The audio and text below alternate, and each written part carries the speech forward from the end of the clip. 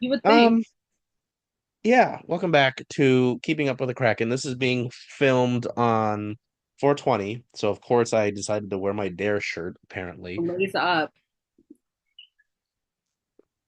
I've I not partaken in any of that today, by the I way. I was am wearing a smoke one or oh, two Eagles shirt though. So smoker. No, it was funny texting oh, people about it. The shows we were gonna do. I was like, "Hey, do you have are you celebrating the holiday?" And I didn't specify which one because mm, it could go either way. Um,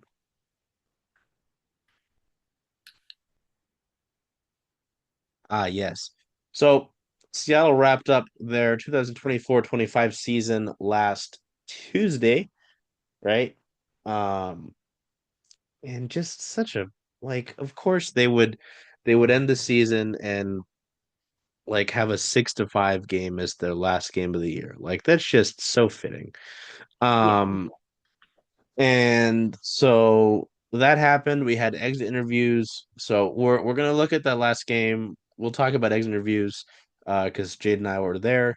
Um, and that'll kind of be the episode. I mean, again, we've talked about what's next for them. I had a whole thing where I had all like the assets and shit laid out. I mean, we can go over it again, but I think what it'll mostly be is that Kings game and the exit interviews because everything else we've kind of talked to death about, you Hmm. know, and it's just like we're repeating ourselves, and I think it's oh, actually we can talk about the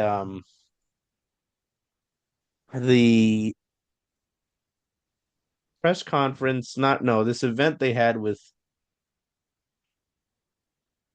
uh, huh, sorry, I went to look at something because I don't have any information about this. Um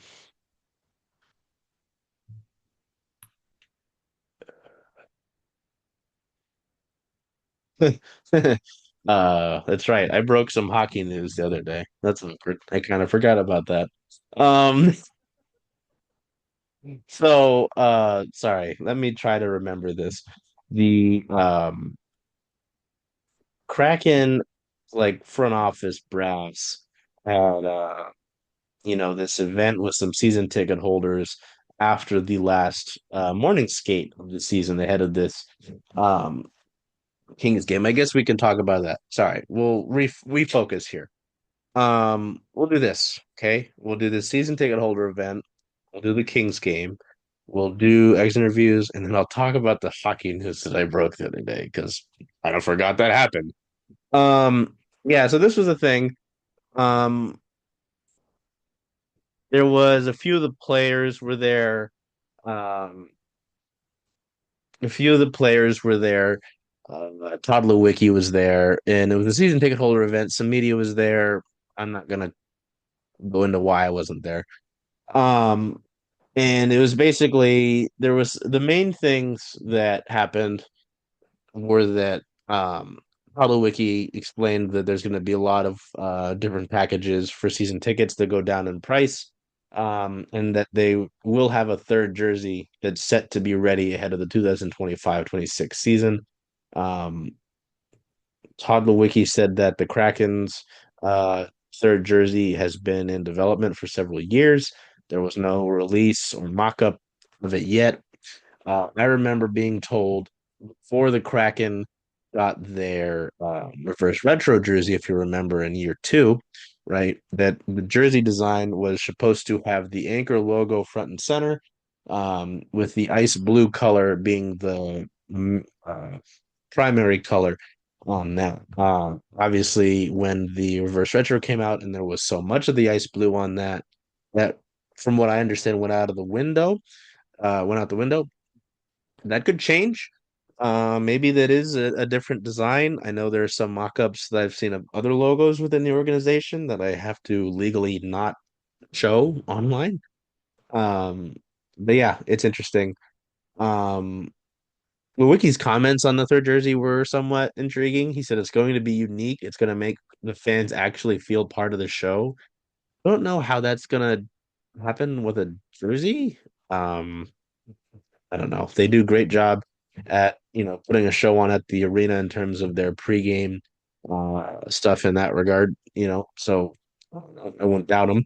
Um, It Todd says, it was aesthetics or "Oh, that's right. Yeah, aesthetics, I'm pretty sure, said that they live in Seattle. yeah, Whoever runs that account lives in Seattle, they're local.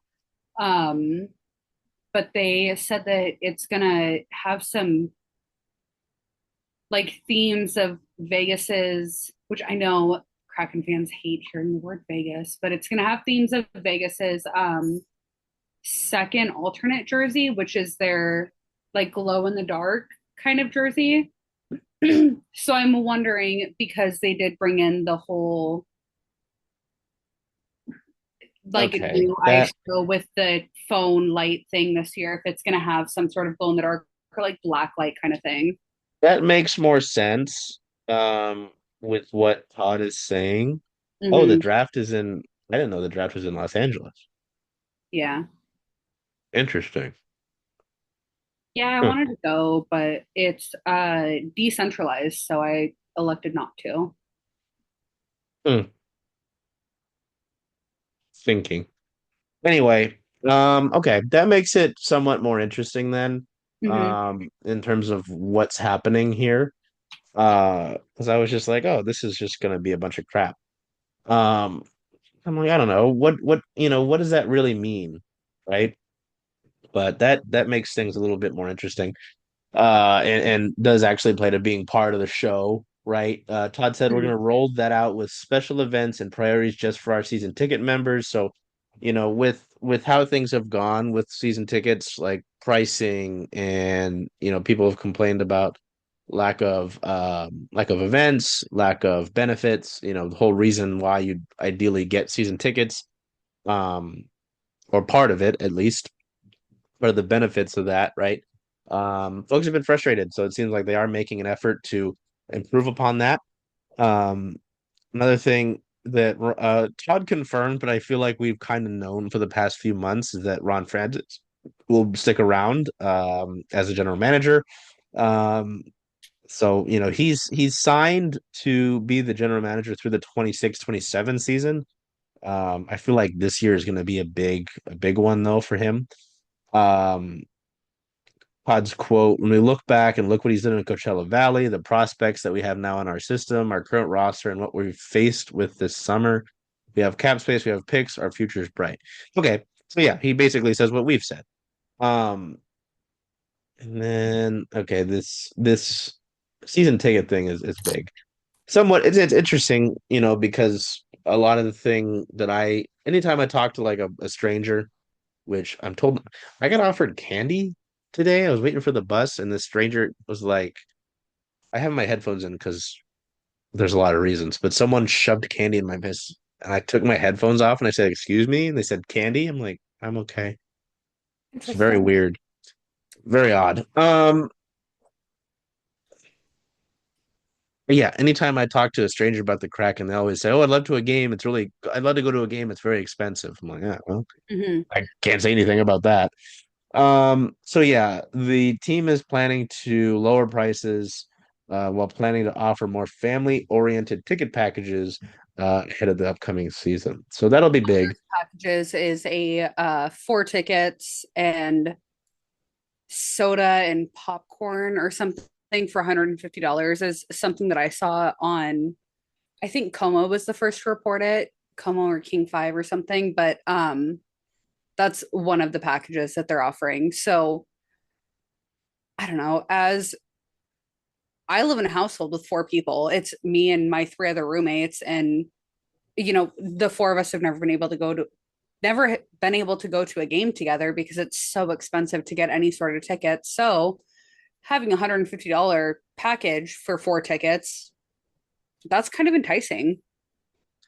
Yeah, and especially like you think about, I know concessions are a big topic of discussion Yeah. with this building.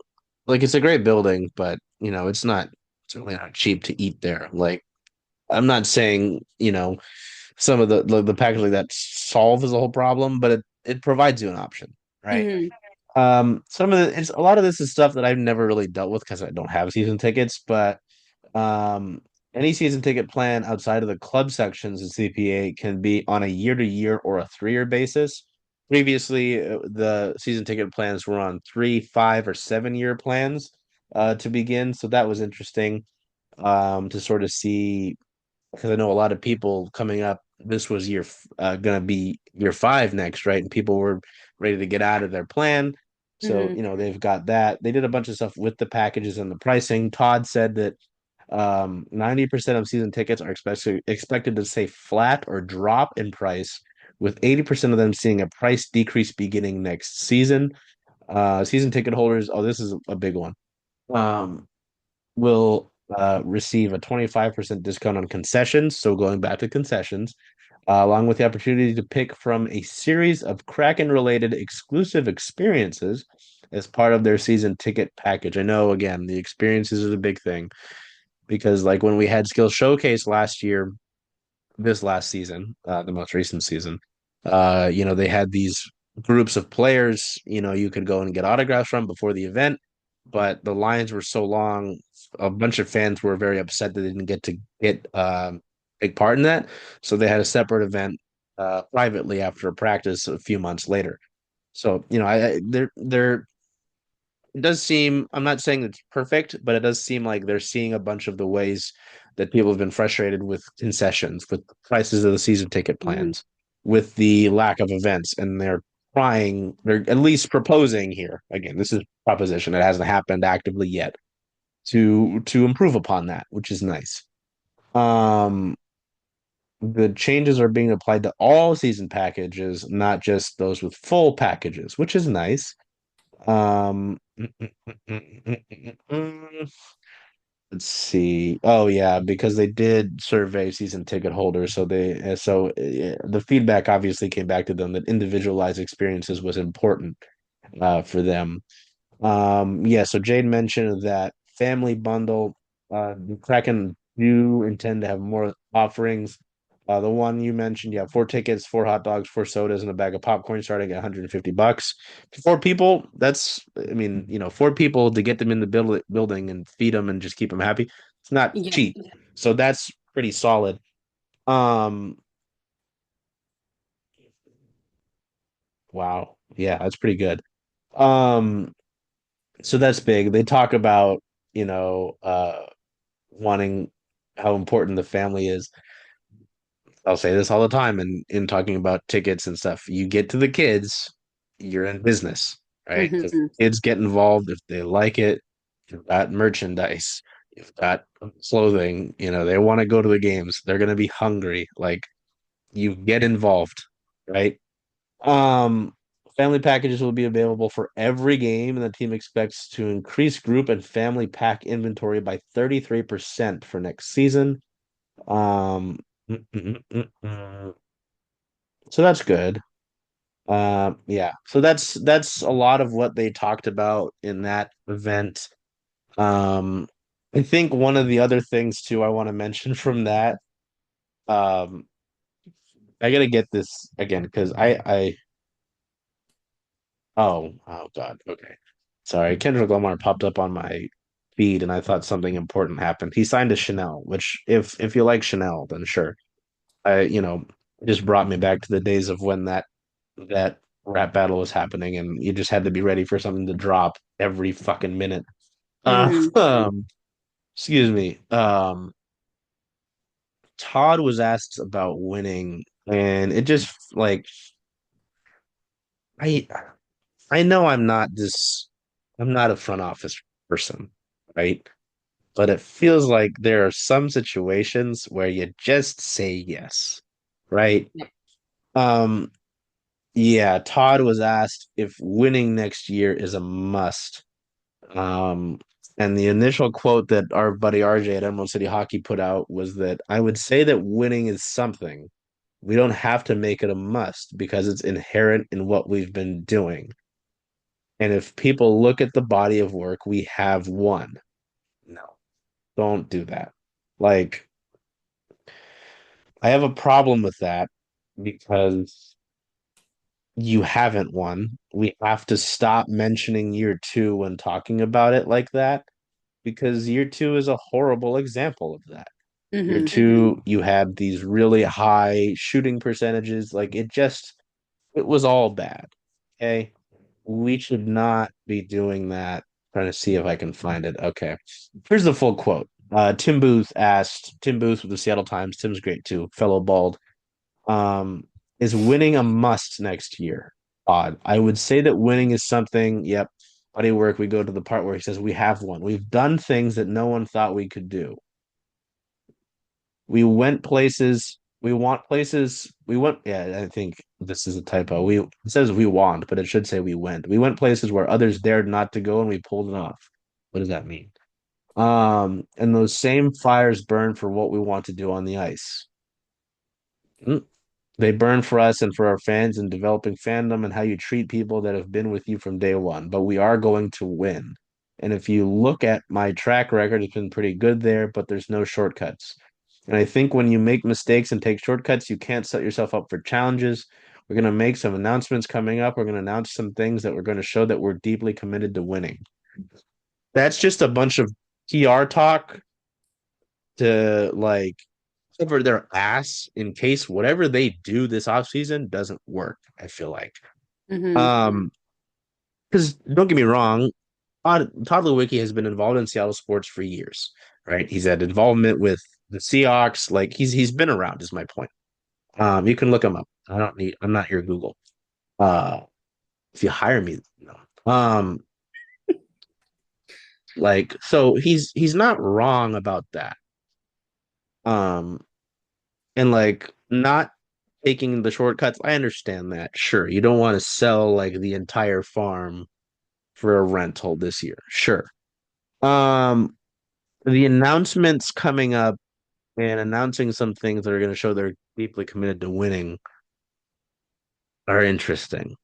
I'm wondering what that means. I'm wondering if it means it's just alluding to them, having to do things that will make next year's roster better. We're gonna do something I haven't done in a while. Milo, cover your ears. I don't know if this is alluding to the Grubauer buyout. Maybe this alludes to two buyouts in Grubauer and Burakovsky, right? Um, you know, I just don't know what that last sentence entails. But anyway, I think at the end of the day, you can uncover. Um, I think he just could have said, like, you could have said all this other shit and said, yes, winning is important in the beginning of it. Like, anytime you don't take the softball, it's bad, in my opinion. It's bad. Like, you just could have said, yes, winning is important, and then go into your tirade of shit. Like, Hmm. you know, so yeah, that I didn't like that, but who cares what I like?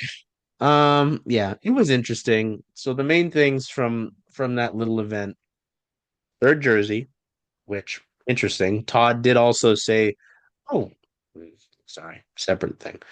Um, third jersey. Tod said he had it in his office, so it exists. Like it's around, which is fascinating.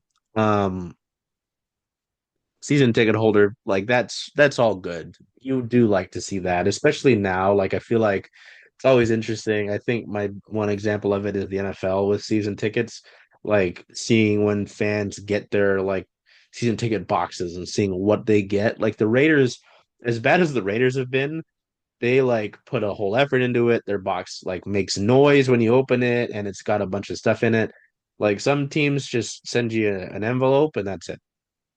It makes I noise think when you open it.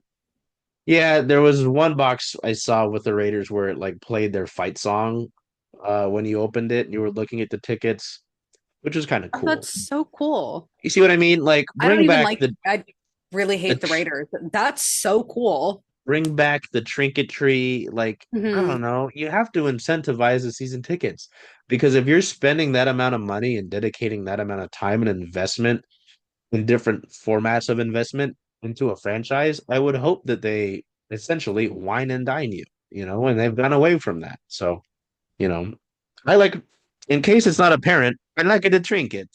So, like, let's go back to that. I don't have season tickets, but I think people should have more trinkets. So, um, third jersey, season tickets, Ron's back, which, again, for the last few months didn't seem like a question. Felt like we were going to stick with that. Um, I feel like that was and then the kind of weird everything women from comment. the That was that. The the Kings game was fascinating. So we got the Joey start, which we always expected with the fan appreciation night. Things did not start well with I almost said San Jose. Could have been San Jose at that point. Los Angeles getting on the board twice to get things going. Samuel Hellenius, that's a hell of oh, I didn't even mean to make a hell joke when I said that, but that's a hell of a name. See, now I've got the hiccups. Great, wonderful. That's a hell of a name, just hockey wise too. Yeah. Mhm. Um, got on the board first, and then Alex Turcotte. Whoa, why have I got so many? Oh, I got it now.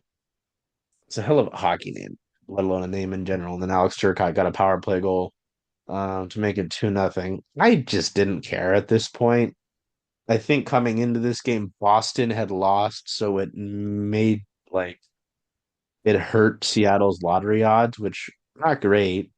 It's interesting because I mean Seattle had a few chances in this first period against Big Save Dave and David Riddich, um, but couldn't get things going. Obviously, oh yeah, that's right. And Chandler Stevenson had a penalty shot less than 4 minutes in. I totally forgot he had a penalty shot.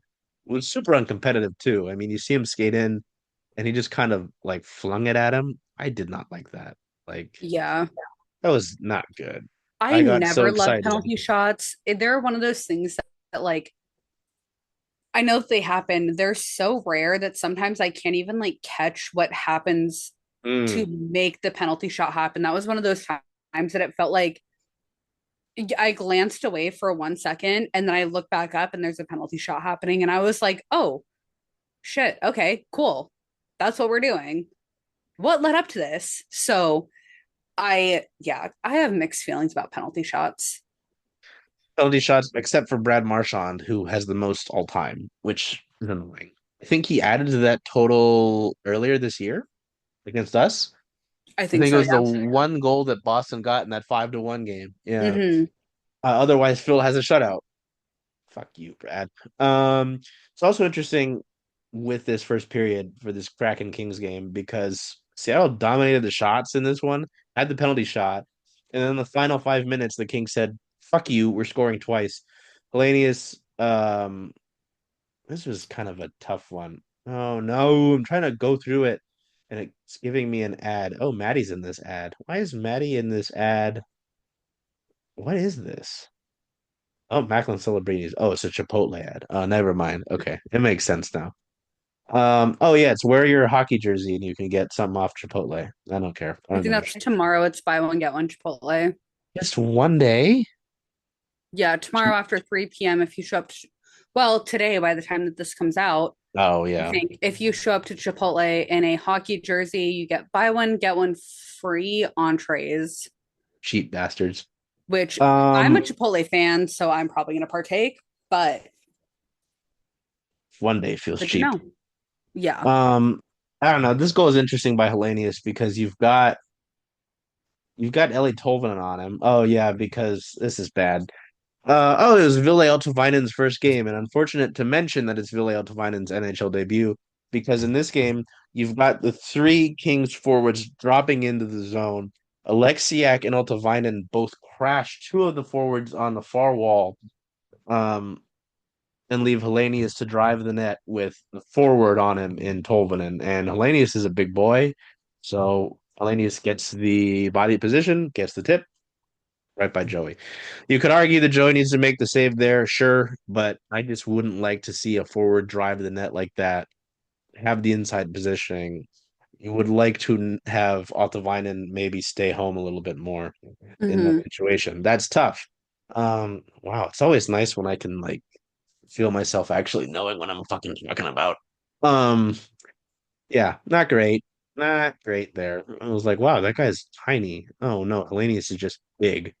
And then a minute after that goal, the Kings go on the power play.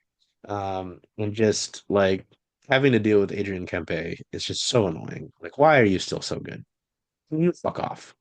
Um, yeah. Power play didn't go so well. Kuzmenko tried to find Kempe to get it to Fiala. Fiala drives it back into the slot to find Kempe.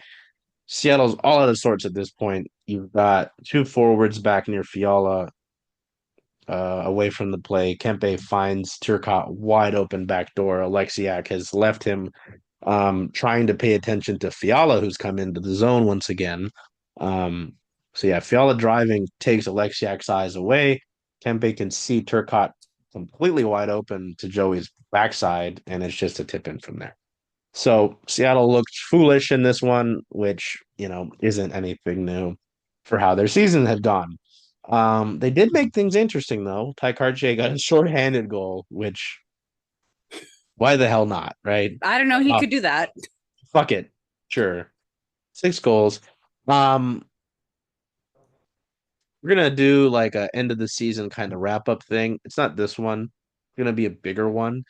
Um, it's not gonna be, I think, our weekly show. I think I'll make it its own episode. But uh Darren Brown was Send Hockey had an interesting perspective on Ty Cartier, which will make the Ty Cartier fan friends we have happy. So I'll bring him on for that. But it was interesting. So he gets that goal to make it 2-1, and then a Brandon Montour bomb on the power play ties this game up. Um, about 13 and a half minutes into the second period, which interesting. Didn't know they could do that. Um, yeah, just absolute clapper from the top of the point. Like beautiful. Brandon Montour, 18 goals on the Mhm. season. Never change, sweetie. um, You're doing then great, buddy. we're doing great. I mean, he is like No, yeah, that's one of those contracts that I'm really glad that it got signed. I'm glad that it's worked out well for the Kraken. getting the top D man in free agency is not what I expected going into last Mhm. free agency, but I'm Having one not of the mad. top three scoring D men in the entire league, not Hmm. what I anticipated. Nope. Really glad that it turned out that way, but yeah, that's not at all what I expected was going to happen. Yeah. No. Happy. I mean, I love late night swims.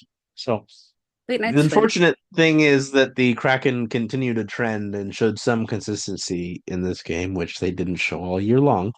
Is that they let the Kings score twice in the final 5 minutes of the period once again, with Warren Fogle and Alex Laferriere. I get him and Lafreniere Hmm. in New York confused. I was telling Jayd this, I think, I was like, wow, I kind of forgot that there's when I was first learning hockey, I was like, there's two of you. I thought it was the same guy. Thought they sent him away to get a new chance. What do we got? Oh, That after goal the that Fogle was goal. assisted by Kevin Fiala, it was that Which one are goal you looking at? assisted by Kevin Fiala. That was one that I remember saying out loud, like, that's just not a place you want Kevin Fiala to be alone in ever. You never want Kevin Fiala just alone anywhere near a goalie because he's so. Maybe was that one or the one before? It was one where Kevin Fiala assisted, but I remember saying like you don't want him near your goalie alone. I mean, if it was the Turcotte goal, it makes sense because just seeing how he sliced through that penalty kill, it That obviously might have caused been it. problems because it had the two Yeah, forwards on him, and he had Alexiak's attention, which totally left Turcotte wide open. And he's that got might a have been guy the like one. I can't remember, but there was that would one make that I just remember sense. saying out loud, like you don't want Kevin Fiala there ever. This Fogle goal is stupid. Now I remember this one because the Kings are in the zone. Um, Adam Larson goes up to take. I think this is Hellenius actually. To take away a forward here, because he's gotten around Shane Wright. And so Fogel's left behind the goal line, right? He sneaks away. He was net front, but he goes down to the end of the wall. He gets the puck because Larson has gone away to take a forward. No one is there for Warren Fogle, and Vince Dunn is occupied with somebody. So Warren Fogle decides, "Fuck it, I'm going to the net," and Yep. is able to just get a backhand pet, like just completely. This game, like the whole like lose but be fun thing, like it existed because they did score 5 goals, but it was just you saw the defensive issues completely in this one. So that yeah, that Fogle goal is just horrible. Oh Jesus. Oh yeah. And then with less than 3 minutes left, the Kings get a 2-on-1 and LaFerriere. Um, oh, that's right. LaFerriere. Yep. Because Joey had gone down to make the save. No one was in the crease to clear it. And so Alex says, "Hey, look at this." Ooh. That's just rough. Let's get to the third period. Goodness gracious.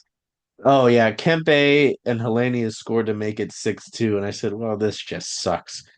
Like 6-2. Oh yeah, and they did that. They made it a 4 goal game less than 3 minutes into the third, and I was like, "Wow, this what a way to appreciate your fans, right?" Like, Mm-hmm. what the hell, guys? I mean, Seattle did the thing. They did the bit where they decided to wake up and make this close. Like seeing Jaden Schwartz score kind of reminded me of the Vancouver game. It was like, oh, that Vancouver game in Vancouver where they made the crazy comeback. Yep. Um, you know, but Alexiak's able to find Jaden Schwartz here right with the mid slot here in this face-off circle to rip a one-timer, which is nice. I mean, Jaden Schwartz being productive and playing almost every game this year, you like to see, I mean, especially with the injuries he's dealt with throughout the course of his career, especially in his time here in Seattle. So nice to see him get that one. Rips one right past Rittich on the blocker's side. Um, Seattle gets a power play. Schwartz again driving the puck here. Excuse me. Um, oh yeah, and then Jordan Everly finds Matty Beniers for a tap in back door. It is nice just to see that line of, two of your veterans, all three guys on the leadership group, Mm-hmm. connecting on some good passing to make this I believe it was a 2 goal game at this point. That's right. And then on the power play with less than a minute and the sixth skater, because you had the cord pulled, you get Ellie Tolvanen to rip a one timer, but there was 30 seconds left. Seattle wasn't really able to get a look, unfortunately, and Seattle loses 6-5. So they lost. They lost fun though. I mean, I'll take that. Um, excuse me. Going into this game, because it meant that they were guaranteed top six lottery odds, um, which is Wasn't that if nice. they lost and then if they won, it was like no lower than 10th or 8th? There's something. There was R- something, I can't remember the guy's RJ name that I'm tweeted sitting next to. before that the Kraken were guaranteed top six. It was if the Flyers picked up a point on Thursday, the Kraken would have the fifth best odds. If not, they had the Okay. sixth. And I think they have the sixth. Yeah. They have the 6, and then it was if the Kraken won, I think that was where they went up to like 10th best odds. I don't know. I feel like I asked that question like 10 times on Tuesday night because I couldn't quite Um remember the order of everything. But they they can pick as high as first. Funny. And as low as eighth. Uh percentage their best percentages via Tankathon are 41.4% for seventh mhm. and 34.1% for sixth, which great. Um, one less point in the standings, as RJ points out, uh, and their odds of a top five pick would have been 79.2. So not great. What are you gonna do? Yeah, so that was that game. We'll go into exit interviews. Um, is that game, I mean, it just really didn't matter at that point. Um, yeah, and they it's not like it affected their odds at that point. And they lost, so it didn't. Yep. Ain't much else. I will say, I mean, we'll go through some of the things that they talked about specifically, but I think generally, at least compared to when I was there last year, it it was I think it was a like what I heard and the general like consensus felt better than last year. Last year, and someone pointed this out, which is funny because I didn't like think about it too much initially. Last year, it felt like a lot of people just didn't have answers and they were like, "Oh, I don't know what went wrong." That's not good. Like realizing, especially this year, they did exit interviews the day after the game, their last game of the season. Last year, it wasn't the case, because they had to fly back from Minnesota. Um, you'd hope that, with some time to reflect, you'd have some answers, you have some idea of what you need to improve on. It didn't have that last year, which is not good. Hmm. Um, especially when it was clear the offense, didn't do enough. I was reading, I believe it was The Athletic, like season synopsis kind of thing. Um, and I'm talking about this year now, but it was like, oh, if they got a better goaltending from their backup goaltender, and I was like, nope, that's not why they sucked this year. Like, let's be fucking for real at this point. Like, uh, like them having a good backup goaltender does not make this a playoff team. Let's be real. Like, come on. Um, you know, there was no, I think the one big thing that they pointed out was consistency. Like I know Hmm. Jaden Schwartz mentioned it. Um, a few other guys just mentioned needing consistency. And what did we talk about all year? Consistency. Consistency. If I So, had to summarize another word that isn't consistency, like if I had to take my own word from everything that they said, it would be identity. Consistency and an identity, which yeah, are both things that we've talked about. We've talked to death all season long, needing consistency, needing identity. I feel like yep. those are two things that you and I have just gone on and on and on and on and on and on and on some more about. And that's just only they can change that. We can hope for it, but Yeah. No, I mean it's true. And I mean, again, they're gonna have a majority of this team back. I really don't expect them to make wholesale changes. I don't think that's what's gonna happen. Um, so like it's not gonna take whoever you acquire in free agency and or trade to establish the identity. I mean, they could be a driving force for sure, but it's gonna be on a lot of the core here to mm-hmm. help be part of that, right?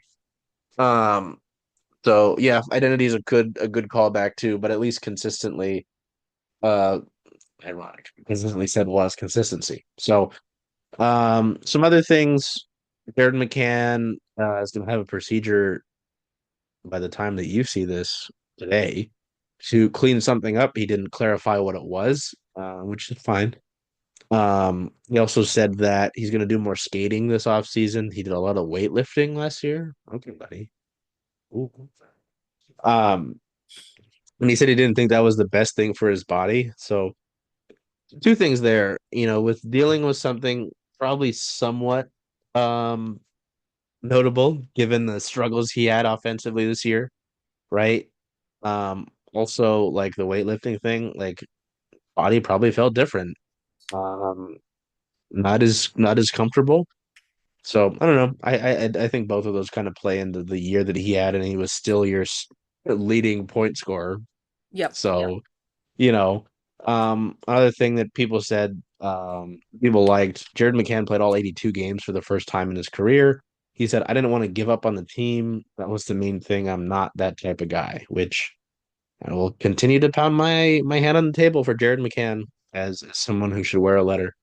So, Jade got this one. Brandon Montour, another guy who talked about consistency as a group. Um,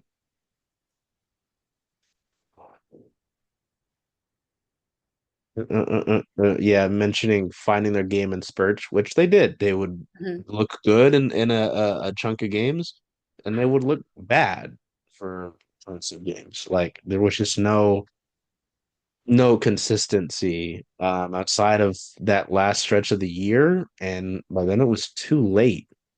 Um, so you know, and especially a guy like Montour who has been in deep Stanley Cup playoff runs the last few years, he would know what it takes, right? Especially with Um, the winning the cup last year. And oh yeah, he said the thing about you can look back, you can look back at again not making playoffs. Obviously, changes need to be made. Last part of the half, maybe the first part. I think that was referencing after playoffs. Um, he said at about 500, so 0.500 for the first 15, 20. Oh, yeah. It's sometimes really hard reading back direct transcription of a quote because it's like, what are you talking about? But finding it, he emphasized consistency. They needed to find their consistency early, especially with a group like theirs. They needed to fight for every game. There's times where they weren't, they slipped. Teams that should be beat weren't beat. So that was a lot of, I feel like, what Montour highlighted was like they just weren't doing what they should have been. And I think you and I talked about that in the last episode with like the Ducks and the Sharks series where yep. it was the home and home back to back. You should be beating them. You're not beating them. What are you doing not beating these teams that should be beat? Just stuff like that where they need to take care of business. Again, it's a league that not again, but it is a league. You know, there is parity. Any given night, someone can beat anybody else. But if you are going to be a playoff team, these playoff teams do consistently beat the teams that say the bottom teams of their division, right? Mm-hmm. So you know, um, other things. Chandler Stevenson was asked about playing for Dan Bilesma. He said it's nice to have a coach that's a human being first, which was interesting to hear and nice to hear. Um, he said it's something that's he's really good at. Obviously, there's a fine line between those two when talking about being a coach and a human. But I think that's a big thing, especially for a younger team, which, uh, I do believe I remember I asked Capo that. So I mean, when you got guys like Capo Caco and Shane Wright and Matty Beniers, kind of Veli Tolvanen, Riker Evans, Ty Cartier, like there's a good amount of younger players on this roster. Mm-hmm. You're going to want them to be able to make mistakes and learn from them, which is what Capo Caco references, having the freedom here to make mistakes and to be able to learn from them. So, you know, uh, I thought this was interesting. Chandler called Monty a horse. He said that it kind of seems like he never gets tired out there. And if you're in a tough spot, he's always there to help you out, which I just thought kind of highlighted um, Monty's just dependability. It just felt like so often we could depend on Brendan Montour to make a play, whether it was, his shot on a power play or the amount of times this year where he was like playing goaltender practically and had to clear a puck out, which, Yep. probably shouldn't happen, but I mean, being able to rely on him is nice in that regard. Um, Jayd had one on Capo being out there. From Schwartz said thought we read off each other well. Mentioned his size, mentioned his skill, mentioned the little plays, which is cool to see. Mentioned working hard and his defensive play, which especially with a guy on playing on line with Maddie, that's going to be good. And mentioned that young guys are always looking for different ways to improve and get better, which you know, just good. More good Capo things. And then Capo had, he said that it didn't take a whole lot of time to find the way that they needed to play. He felt like they played, like we played almost full time. He felt like he played almost full time with Matty and Schwartz, which helps a lot for him. He didn't know anyone when he got here.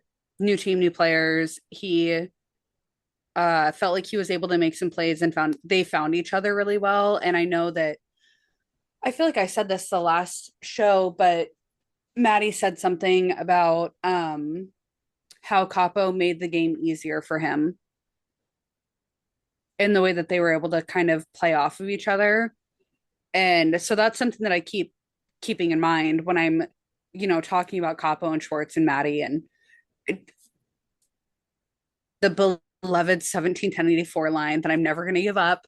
But that's important for me. And I know that Capo has said multiple times that he feels like it was really easy to play with both of them. And I think that that's definitely something that's important in the sense of coaching, especially if you want to go back to what Chandler Stevenson said with feeling like your coach is human first. You're not just what's the most productive line, what is the best thing for the team. It could be seen a little bit more as like, okay, no, what do you guys do best with? What's your best line that you can work with?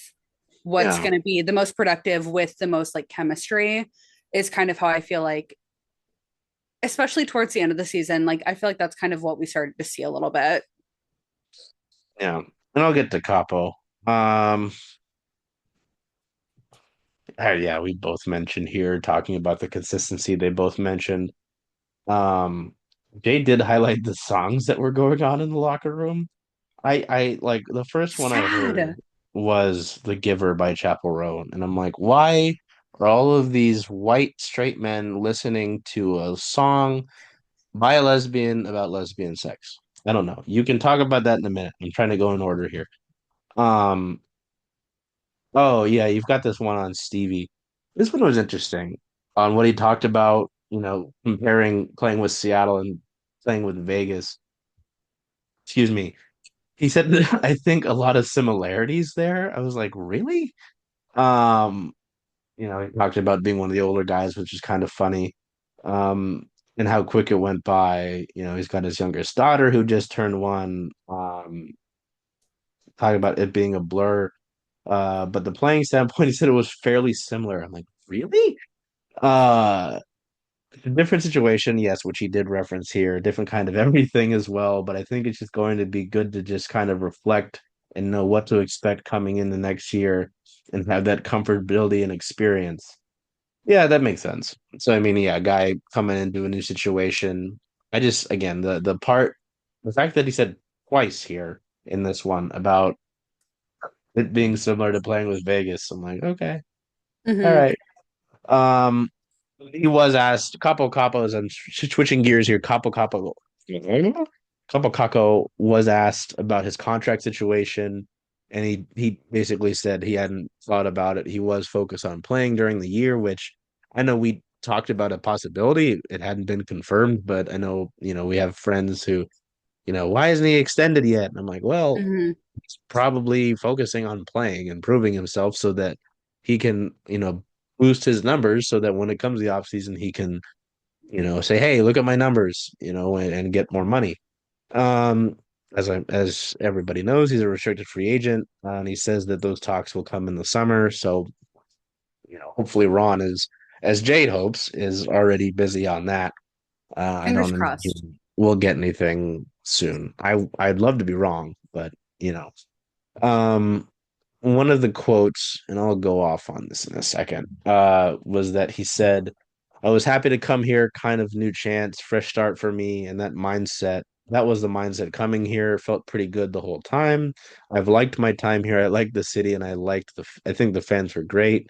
I like to play here. I think this is a good place for me. I'm like, if you say, I think this is a good place for me, you need to resign the guy. Like, there's, Yeah. I also called it similar to Finland, which Mm-hmm. okay. I wonder how much of that is like the weather and the fish, because I've heard Well, some of the he other. highlighted the nature and the mountains and the Yeah. water specifically. So, But yeah, that makes sense. Um, oh yeah, you already talked about this quote, so there's no need for me to repeat that. yeah, Uh, jumped ahead. uh, talked about the importance of trust, and this is where we go into the Bylsma thing. Um, he talked about the trust between players and coaches. I think it's a big thing. I feel like I really got a chance here in more ice time, which talked about when he was acquired. Um, he's also been a guy who preaches how big confidence is for him, and he mentioned that here. Um, I did ask him about the Bilesmouth quote from Stevie, and he agreed. He was talking with me a lot when I got here, helping out, and I like coaches like that. So I think that's a big thing. So he likes to play here. He likes the coach and the way he coaches, and he likes. I don't know. I don't know. It doesn't need to take a lot of convincing, I know, but Mm-hmm. Um, Phil was Likes interesting. enough, just resign. Yeah. We got to Phil, and he was asked about this was interesting. The St. Louis game, there were a few players who said that they wanted to win for him, right? And I feel like we can all understand where that's going. Phil was asked about it, and his quote was very team based, which I think is good. He said, "That's great to hear, but obviously we're a team, so we need to do the same thing every single night. That means a lot to me by them saying that, but we win and lose as a team." I think that's a good team answer. Um, oh God, Vince. Vince always walks in and it's always like, all right, we're gonna get this guy and he's gonna think really hard. I'm Mm-hmm. not ragging on it, but it's always like you can tell when Vince is coming in. He talked about the inconsistency in the start of their games, which I think makes sense. Like I think when I look to the start of games, I think about and I realize it's a back to back, but that Minnesota game on the road at the end of the year where they just got torched in the beginning of the game. God. Um, Vince talked about how some games they come out flying, some games they come out flat, but most of the time they do find ways to fight back and give themselves a chance, which, as he mentioned, the league's too good. You can't really afford to play from behind that much. Um, so again, mentioning the consistency, which is a trend here. Not trying to run away with the game, but taking it period by period. Sure. Um, what I think was the most interesting to me about this quote was the end here. I think when things were bad, we found a way to beat ourselves up a little too much. We don't have to try to win the game the next shift when things don't go right. But as long as we can keep ourselves in the fight and gives give ourselves a chance to come out line after line, you give yourself a better chance to win. So the end of the thing there, sure. But what was interesting to me was how they beat themselves up too much. I'm like, damn, was that just pressure internally to win? Was it pressure after, the off season they had and not making the playoffs the year before? Like, I thought that was somewhat interesting, Mm-hmm.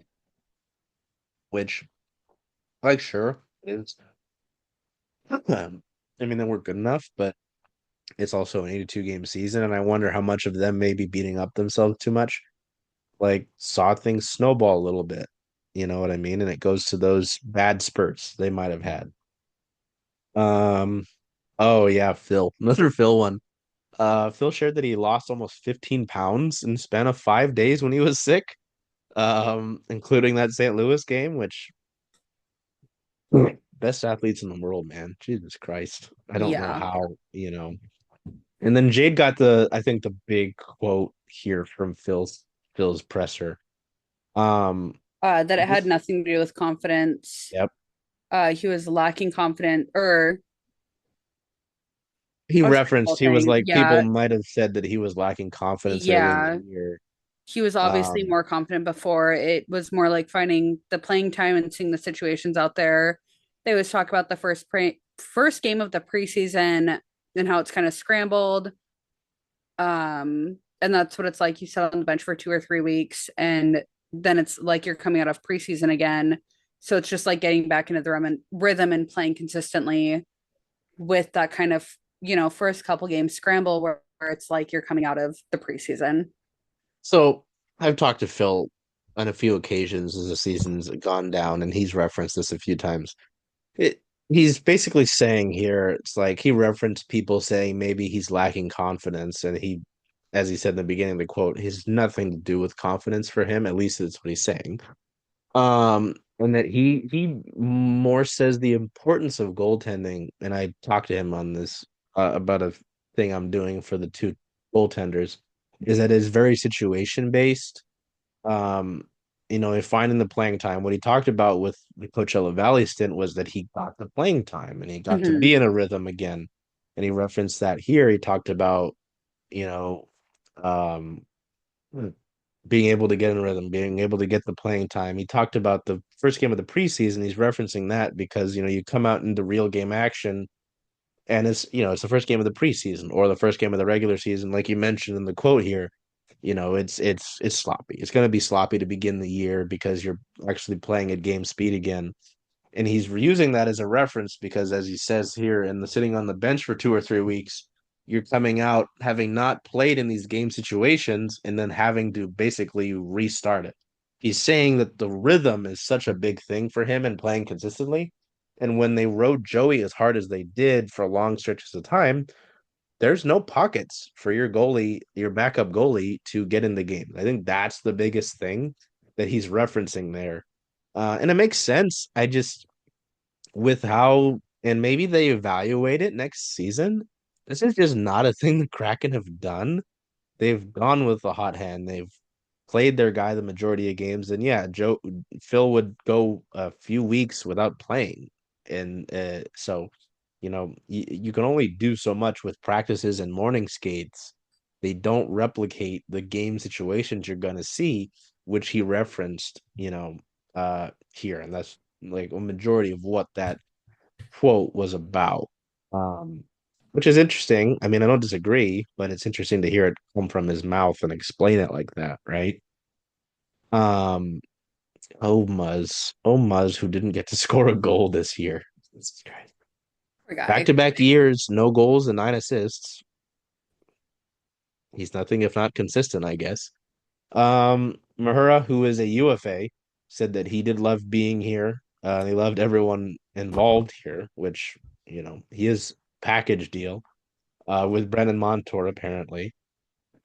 Um, Jayd got this quote. He didn't think that Seattle's far off. Uh, he said it's a few things they need to do in terms of this organization working towards a championship, but he does think there's a lot to be excited about, which, hey, that's nice. Um, what's funny, did we really have the two UFAs go after each other with Mahura and Asimont? Jesus Christ. Asimont said it was interesting, and you'll remember this. When he started talking, it sounded like he wasn't coming back, Yeah, right? because I remember looking at you and being like, why are you There's talking like that? Because everything was in the past tense. Like, I yes. really enjoyed my time here. Everything here has been And so so great.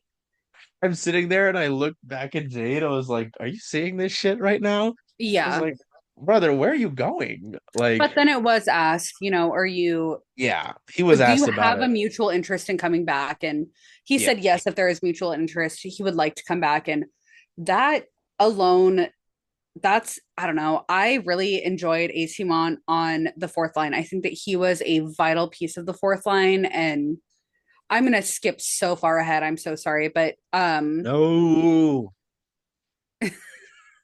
Oh, now that we're talking about it, kind of go in order. I know I'll be quick. Um, the fourth line is so important and their consistency there, they had a little bit of extra fight. Like I think Dan said something about the fourth line as a whole. Or no, maybe we talked about that afterwards in the anchor room. I don't know. I feel like there's been so much about the fourth line and how AC. Oh no, it was the games past the trade deadline, which in my mind goes immediately to fourth line because that's what got shaken up the most Oh, post gotcha. deadline. So you have those, 18, 19, 20, whatever games. And I think that AC Mont was a huge piece in that. And uh, for all of the success that they talked about with the post trade deadline, the run that the Kraken went on, I don't think that it's wise to switch that up that much. Mm. At least like starting into next season. Yeah. And I mean, that fourth line, like, I, and I think I said this, like, if they're not if they're gonna go with something that's different than a traditional fourth line, then sure, I guess change it. But I don't know what you think you'd do with a non-traditional fourth line. Yeah, I think anybody thinking they're gonna get the sort of production they did from 2022-23 fourth line, there's just no way. yeah, no, we're not being serious. Yeah, Um, I think you need guys that are tough. I think you need guys who can bring a little, I hate to be the buzzword guy, but you need some sandpaper. Um, Mikey Eyssimont does that. He's tough. He's not gonna, shy away from anything like that. Um, and he actually shoots the puck a decent amount, so like doesn't hurt to have that was in my that biggest thing regard. when he came to the Kraken was he shoots the puck. He's really Yep. good at shooting the puck. He might not score. He's gonna get those shots on goal. He's gonna do what they need to be doing, and he is gonna, theoretically encourage the team to be Yeah. shooting the You fucking hope it puck. rubs off on the other guys. Yeah, absolutely. So like I don't need him to be signed for 7 years, but you bring him back for a couple years as a guy on the fourth line. Like, I don't think I think that's an easy decision to me because then it just fills up one of the items on your to-do list, Mm-hmm. and I don't think he's going to take that much as you mentioned. He mentioned mutual interest, so like, Yep. you know, it was interesting. I got this quote here on his thoughts about the Kraken when they were playing well. This is part of his quote, but he said that, um, and you've got the other one here, perfect. I was a little bit surprised that we weren't in the playoffs yet, still kind of making that push because I think and he was referencing the Kraken, definitely underachieved for how good they are. I was like, are we watching the same team? Underachieve, yes, but like calling them good, I was like, okay. Jayd got the other part of the quote. When you're playing against a Kraken, you're playing against a team that moves the puck extremely well. It's not always tape to tape, but they're getting pucks to each other and not turning them over as much as other places I played. I was a little bit surprised at oh yeah, and then there's the one I got. Um yeah, I mean interesting stuff. It's why it was kind of nice to have two people there so that we could get the different parts of this. Um then we got to good old Shane. Good old Shaney boy. I asked him how happy he was with the season, just after, everything that was made about his early scratches early into the season. He said it's always kind of nice to see athletes celebrate themselves. It was a different sport, but being at the rain presser, I remember oh yeah, Lynn Biandola with the Rain, who owns the league's scoring record, now has tied for the most assists all time. I asked her about that, and she talked about how it's important as athletes to celebrate yourselves in the moment because, you know, at least for her, she was like, I'm going to celebrate this now, and then I have to get ready for the next match, like tomorrow. I'm like, yeah, that's true. You don't get to celebrate yourself that much. So I don't know. It made me think about that, looking at this now, um, about Shane, stuff crazy that, you know, Seattle sports account is actually at these things and not just aggregating. Um, Crazy, right? and actually asking questions at wow. And not Shane just said using he's other people's quotes. no, well, who would um Shane responded to me and his nice beard. Proud of myself for how I responded to that, and I'm proud of myself for how much I grew, how much I learned throughout the year, which is nice. I mean, again, so much was made up about this kid, and you know, just a bunch of stuff, right? With everything that happened at the draft and stuff about his character, like that was all just shit. It was all Mm-hmm. crap. Again, all stuff from people who aren't around him. If you're around the guy, you don't think that. Um, I think you asked him this, right? About his plans for the off season. Um, I believe it was you. I think so, Uh, yeah. you got the quote, and it's interesting because um his quote was handling the puck and transporting the puck to the neutral zone. He talked about basically handling the puck, playing with confidence. This was important too. I was actually going to talk about the first part of it, but playing with confidence, playing with swagger, just holding on to a little bit more, not deferring to anyone else, not trying to give it up as fast. Which, hey, good on you for trying to be a teammate and Mhm. distribute. But I mean, when you've got that talent, wouldn't hurt to shoot the puck more. I was gonna say Allison Lucan pointed out as the season went on, but Shane Wright had some of the better like puck possession numbers for a centerman in the league. And so Mhm. when he's talking about doing a better job of that, and I was actually, watching the Vegas Minnesota game here in this round one. I think he did, or it was one of the players talked about watching tape and watch. Oh, I think it was Maddie actually, who was next, and we'll get to him in a second. But I'm going on a tangent. Talked about watching film in the postseason, Yep. um, and seeing how the guys play. I'm like the way, and I know you mentioned, yuck Vegas, but the watching the way that Jack Eichel on power play dominated the puck and kept possession of it and used his body and just the different wild players that like it was a masterclass in possession. They didn't score off of it, Mhm.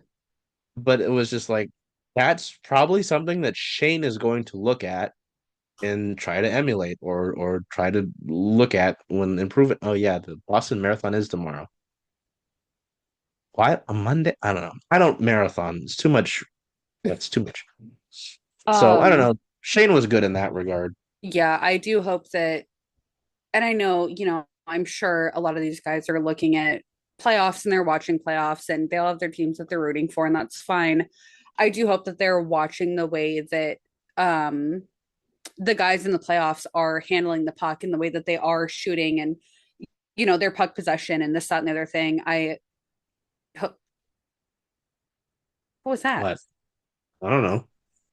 I do hope that they're paying attention to that kind of stuff because I feel like that can only help their game. And yeah, watching playoffs today, the first game, the Devils Canes was They're off track. so bad. But anyways, I do hope that the guys are Devils. watching the film, getting back on Devils. track. Is Luke Hughes alive? Yes, he did come back. Mm, They did mm, lose three guys during that game, but Luke Hughes came back. Jesus Christ. Yeah, it was really Yeah. I bad. don't know. It'll be interesting to see. And I know these guys are going to be watching it, despite how many stories Joey posts about them playing golf together. I know. Nerd. Nerd. Did did Kraken? Oh, it's oh Jesus. Um, sorry. Oh, hello, Maverick. Matty Beniers confirmed he's going to play for Team USA at the World Championship, which Jade put out a piece on earlier, so that confirms that. Um, oh yeah, and then this was happening. We got a list of the players. So at least at the NHL level, it's Matty, Ellie Tolvanen for Finland, Brennan Montour for Canada. Vince Dunn was invited but declined. Gruby for the Germany, and Lars for Sweden. And then prospect wise, Oscar Fisker Molgard for Denmark, I believe. That was Mm. today, got announced. So that's kind of cool. We'll have something on that in short order. It was Soon. interesting. Hmm? I said soon we'll have something on that. Oh, I wasn't paying attention. I heard un. I just heard the last part of it. I was like, what the fuck was that? I was like, Maverick, hello. Soon. Um, it was interesting. Dan was asked if he knew which guys were going, and he said, "Oh, he gave this thing about how they'll find out today in the next 2 days." I'm like, "Yeah, we know some of them. Can you like confirm or not? Do you know, Yeah. brother?" So I don't know. We might get more than that. There's a quote from one of the guys that could go in a second. We'll get to that. Oh yeah, we're still on Maddie.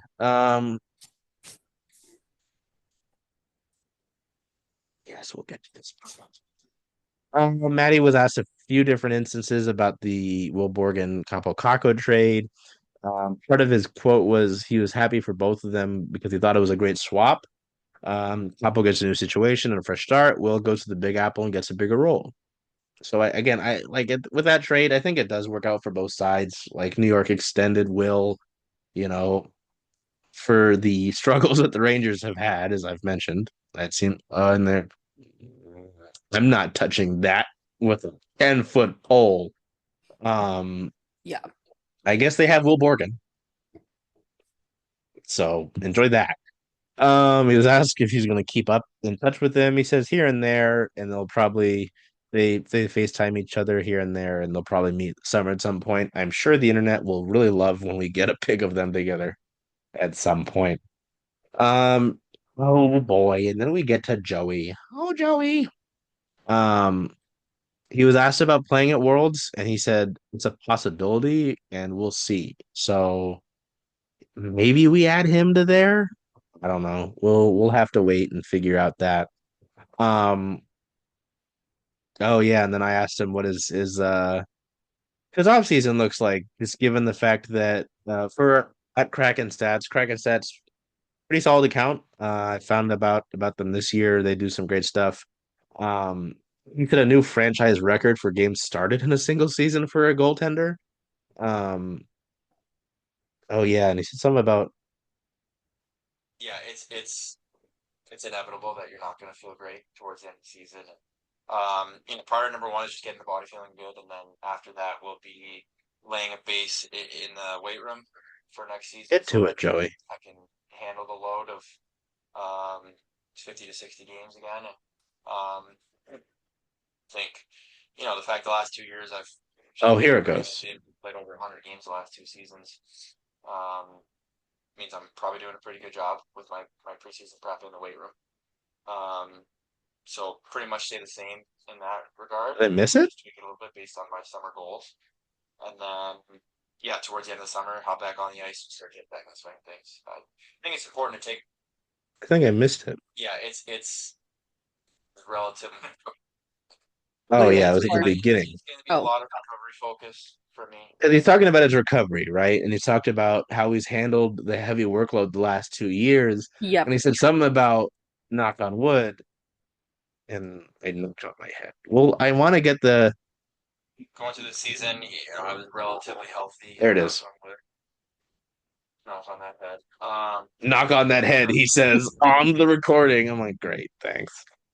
Yeah, he talked about a lot of recovery. So that's big. I mean, yeah, with how many games the guy played, like somewhat ridiculous. So I Hmm. imagine that is what a lot of his offseason will look like. Um, and he talked about getting back in the gym, and I felt bad because, I asked him this and he keeps looking directly at me, which is fine, but he's saying this about getting back in the gym, and I'm thinking of that stupid video he posted, like working out at ASU, like during Four Nations break. I'm like, Yeah. so he's looking at me. I'm just thinking, I have it playing in the sun. I'm like, Jesus Christ. Um, Um, he there were did some. also kind of talk about like his off ice recovery where, Oh yeah.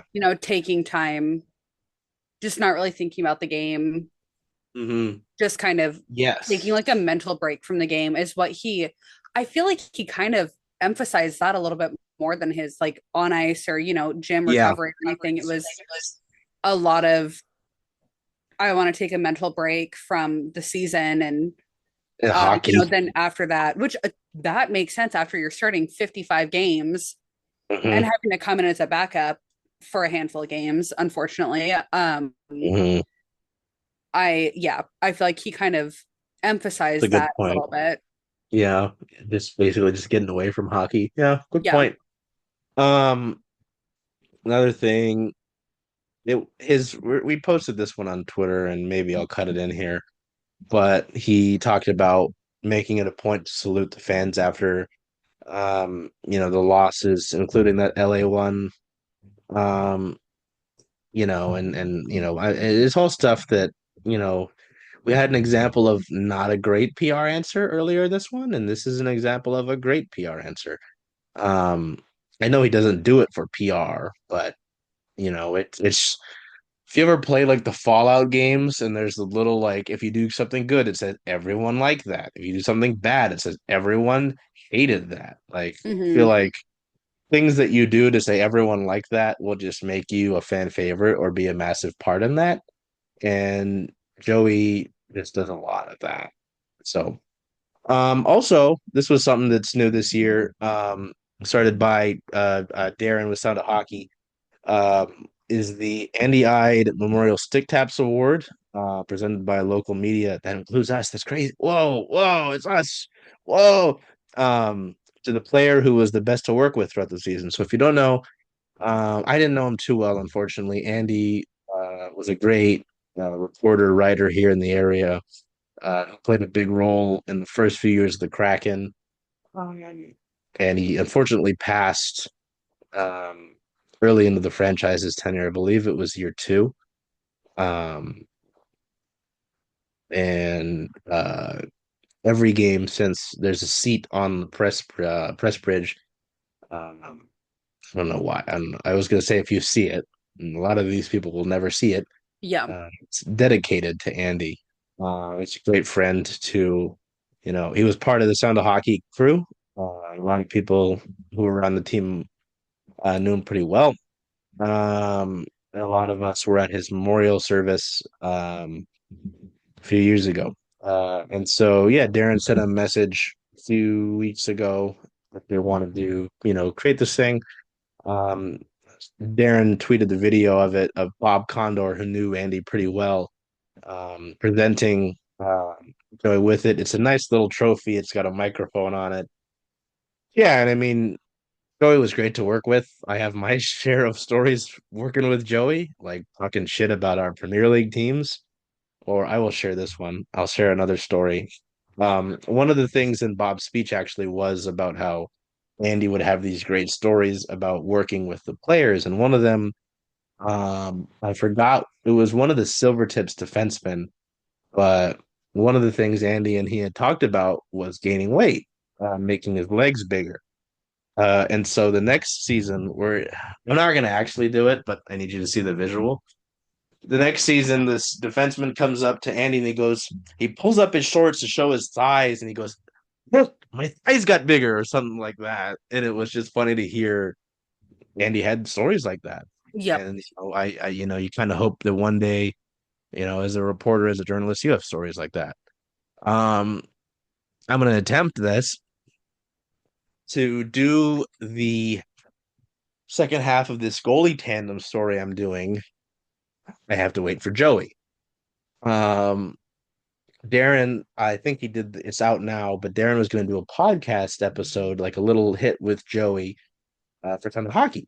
And I thought, hey, I have to talk to both goalies. Why doesn't Darren take Joey while I do Phil? Darren walks in and Joey's taking his stuff off, and Darren says, "Oh, I'll let you get your stuff off." And Joey was sassy today. He said, "Let me take it off. I'm gonna make you wait for me to take it off." And he was being sassy. If I wasn't being mean, I was just like, "Oh shit!" I was like, "Wow." He was like, "You see this guy? He's looking at me and he's like, do you see this guy thinks he can tell me what I can do?" I was like, "Oh, all right. Oh God, this is the first of two times he's gonna put me on the spot. Remember this, okay?" So I'm just like, wow, okay, he's feeling sassy today. So yeah, he made Darren wait for him to take his stuff off. By the time I went and talked to Phil, by the time I was done with Phil, he was still not talked to him. So I talked to Darren. I was like, hey, I'm probably gonna take less time than you are. Do you want me to go first? So I did. And so I go to walk over to Joey, and several other media members are around him, like all staring at something. What the fuck? There's a spider on the ground, apparently. And it's like the finger, Hmm. it's like it could fit on my fingertip, tiny. And I'm like, what are you guys looking at? And a bunch of them, they're like, oh, there's a spider in Joey's gear. And Joey's like standing in his stall. He's like, where is it? Where is it? And I'm like, what the fuck? And so I walk up and I see it, and he goes, kill it. He like yells, kill it at me. And I'm like, okay. I didn't think. I stepped on it. And he goes, yes. And Kate Shefty with the Times goes, you monster. I'm like, what, what do you want me to do? Like, pick it up and walk all the way out of the rink with it? Like, what do we, it's the size of my finger.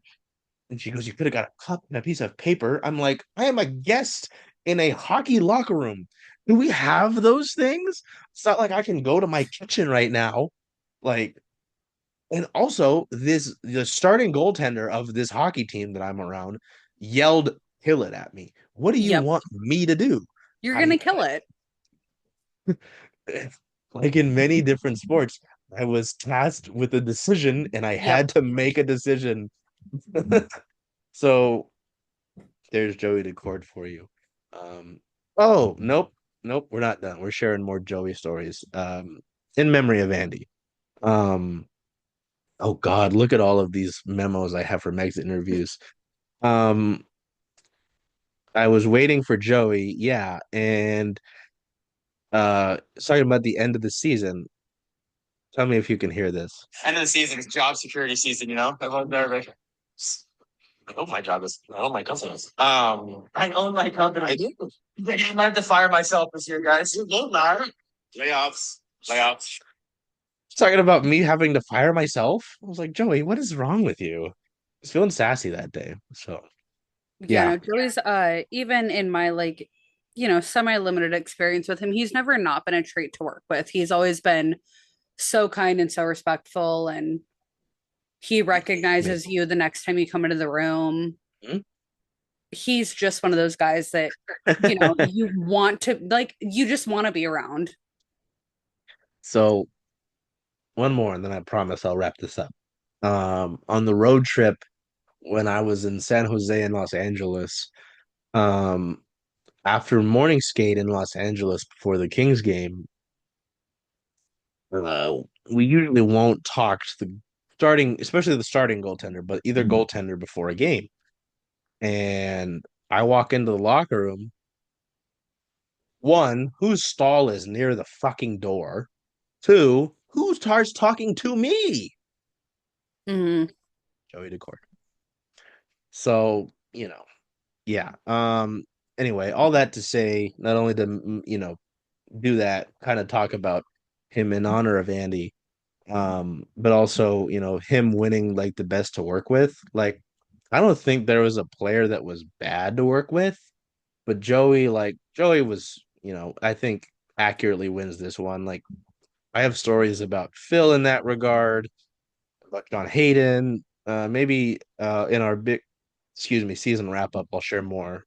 Um, but yeah, a bunch of those guys, great to work with, but Joey, I feel like, especially this year, like certainly takes that cake. So there's that. Um, yeah, we can do more 17 10 84. That'll get Jade interested again. Um, you had with this one on Maddie about playing on the line with the 17 and the 84. And about uh this is about Kako. He's a great player. He's a great guy on and off the ice, and he's a lot of fun to play with. Smart guy, smart player. Yeah, these two are buddies. Like, come on, Jesus Yeah. Christ. Um, yeah, mentioning knowing where each other wants to be. I think Schwartz or Capo said that. So it seems like they're on the same page. Yep. I talked about that a little bit with both of them because they've both said that about each other Yeah, before, where, yeah, yeah. So where they are great in the I'd keep offensive I'd zone. keep that together. Yeah. Which the offensive zone quote from Maddie tied into something that Dan said in his interview. But then Maddie also said something about building chemistry and talks on the bench, knowing where and when Kako has the puck in the corner where he wants him, where Schwartzy is, where we were able to move really well. There was all kinds of stuff that it's one of those things that you're hearing these three talk about each other, and it's very much, why would you even consider breaking up this line? I wouldn't, I wouldn't at either, least but not right I'm now. not the GM. Maverick, Maverick agrees. he's barking Um, about it. then we kind of got to Dan, and normally Dan's pretty all right. I didn't remember him being too memorable. Um, I mean, he's accurate though, and it's the first one I see about from Dan is from you here. We didn't keep the puck out of the net enough. Yep, we scored enough, but didn't keep the puck out of the net enough to be a winning team. Um, I know that kind of goes against technically about the backup goaltender thing, I'd say, but they didn't. They did that when Joey was in that too. So Yep. I'm still mad about that athletic thing because I was like, you can tell you're a national guy because you have no idea what you're talking about. Yeah, and Dan didn't specify like, we only did this Oh when yeah, Grubauer was in net. no, He just that was a general yeah. I like just know I that. don't what Oh, I was gonna say like people could be like, see that quote and be like, oh well, see, you were wrong earlier. yeah. I was gonna say I don't think that he could have been more like blase, very neutral about that Yeah. quote. Um, I wish I got more from him in this regard. He was asked if he has any involvement in the process of, getting new talent. And he said, Hmm. we've had the conversations, we've talked about those things. I have some input for sure, but Ron has a real clear and distinct idea of where the team needs to go. I'm like, all right, do it then. I mean, Yep. I'm glad it's not like a, what do we do after 82 games of inconsistency, right? Um, this was a nice one, and anytime because of what I do, right? Um, anytime like coaches or players say good things about Seattle sports, I kind of sit in the corner and I go, "Is that stupid photo?" It's a different meme, but I'm using the image. Have you seen the image where it's like my goat still has it, and it's the photo of Lightning McQueen, and he's got Yeah. like a tarp over him, but he's smiling, he's smirking. Yep. That's my smirk in the corner.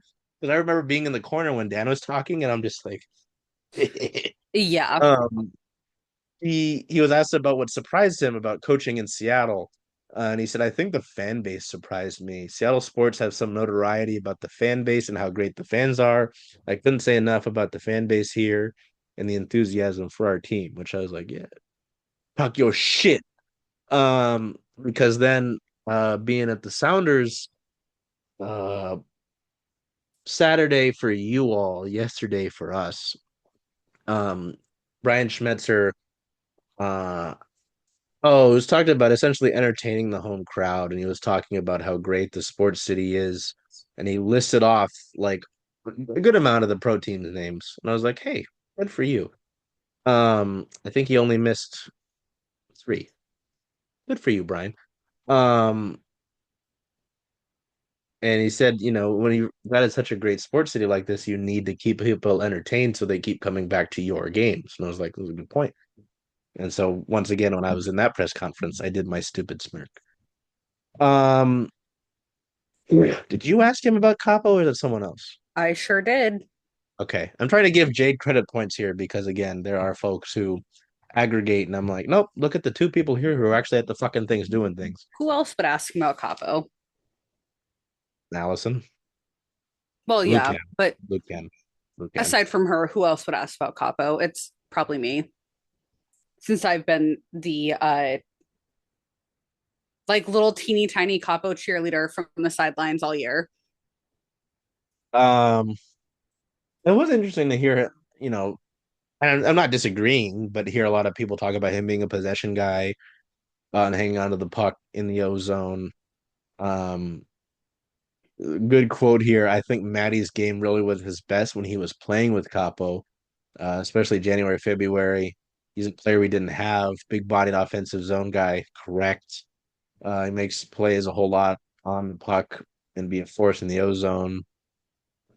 So yeah.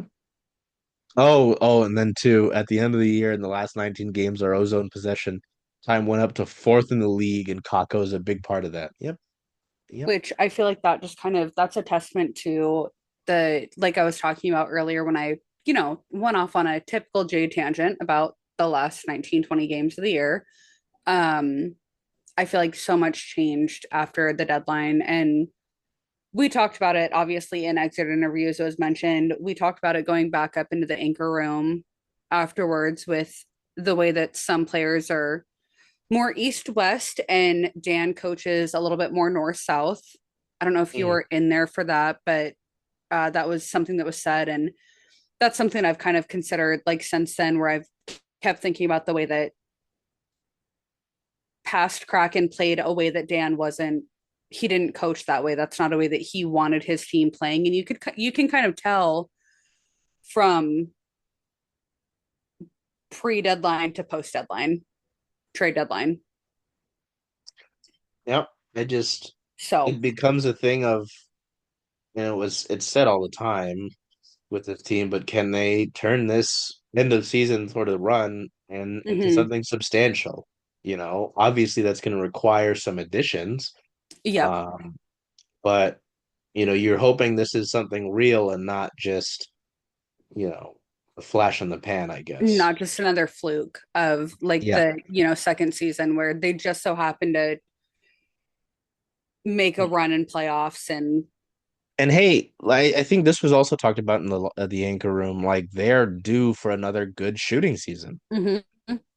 So like you getting real players this offseason, real notable additions, and getting Jared McCann's shooting percentage up. Yep. If he's here, Andre Burakovsky's shooting percentage up. You get Maddie's shooting percentage up, right? And other guys who I expect to have decent shooting percentages,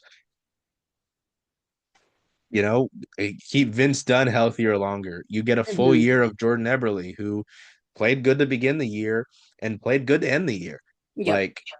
Like, there will be injuries, right? It's just gonna happen.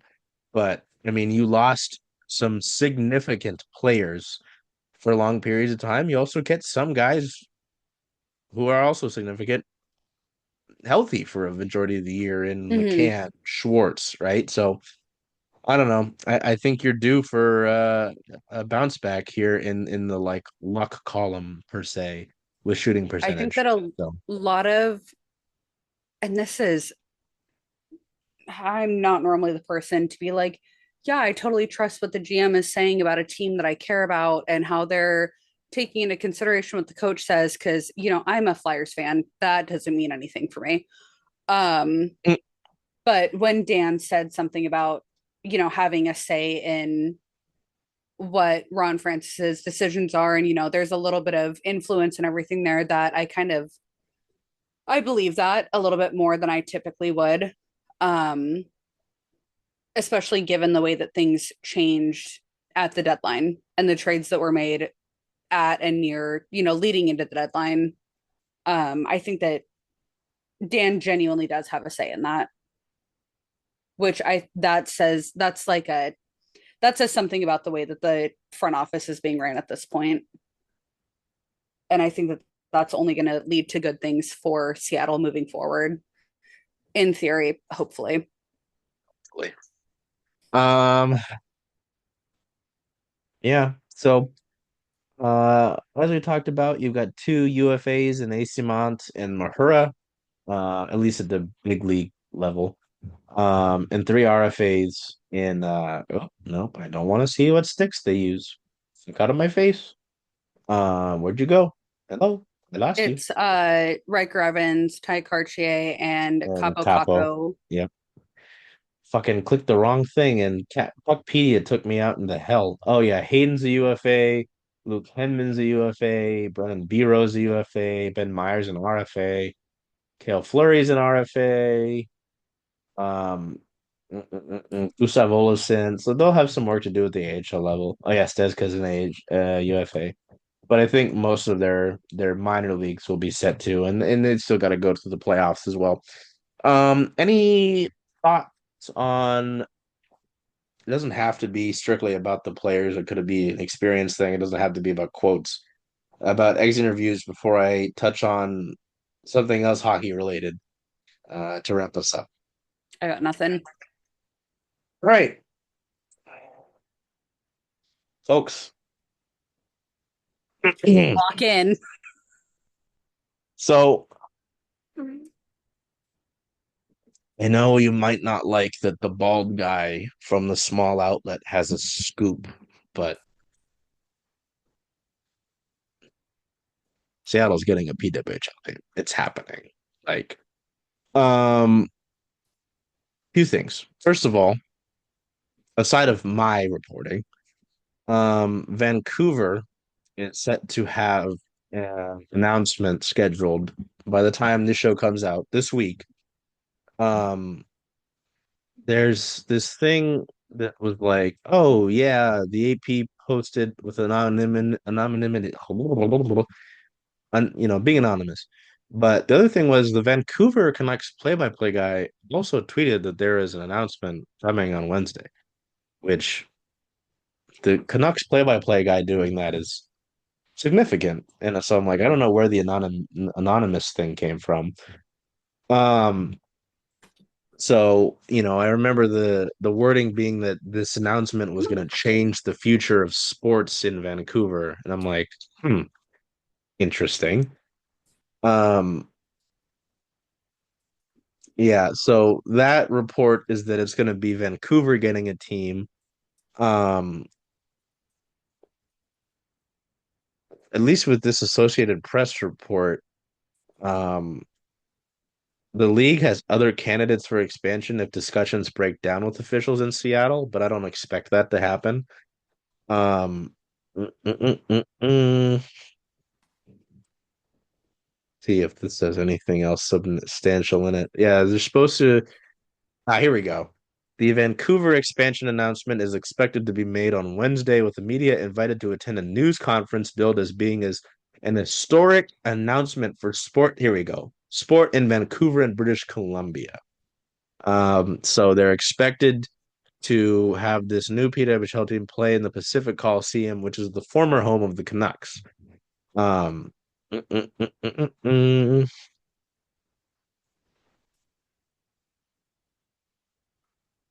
I'm trying to see if this has any other.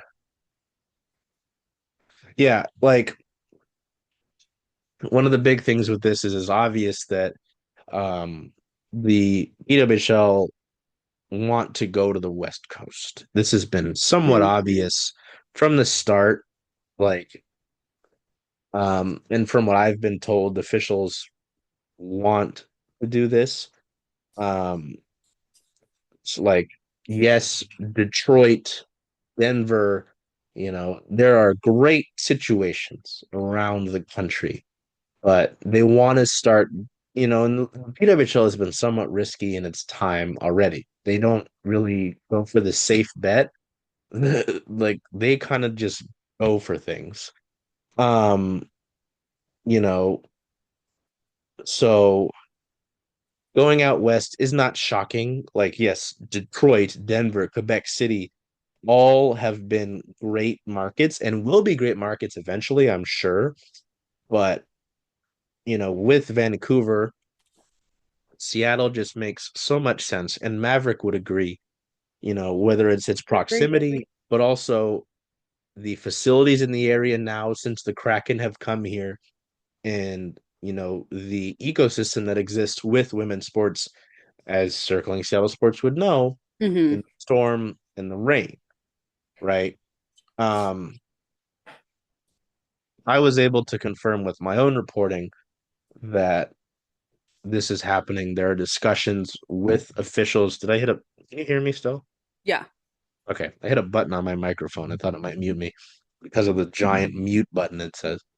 Um, there are discussions with some officials in the city right now. In all likelihood, it would be at Climate Pledge Arena, which is interesting considering how busy that building is already. Um, the PWHL system does season, sorry, does leak into the springtime because they'd be playing games. They're restarting the regular season, I believe, this upcoming week. So you'd get near the storm schedule. And obviously during the winter you've got the Kraken here, but there's not too much outside of it, outside of the concerts here and there, right? Um, it's a busy building is the point. So, there's other things I can't say, and I would like to be able to keep doing my job, but I also have a couple sources that after I retweeted the CSS, breaking news, here's what's going on kind of thing, they messaged me and said that from what they were told, what they know, that it is also a 100% like confirmed Seattle.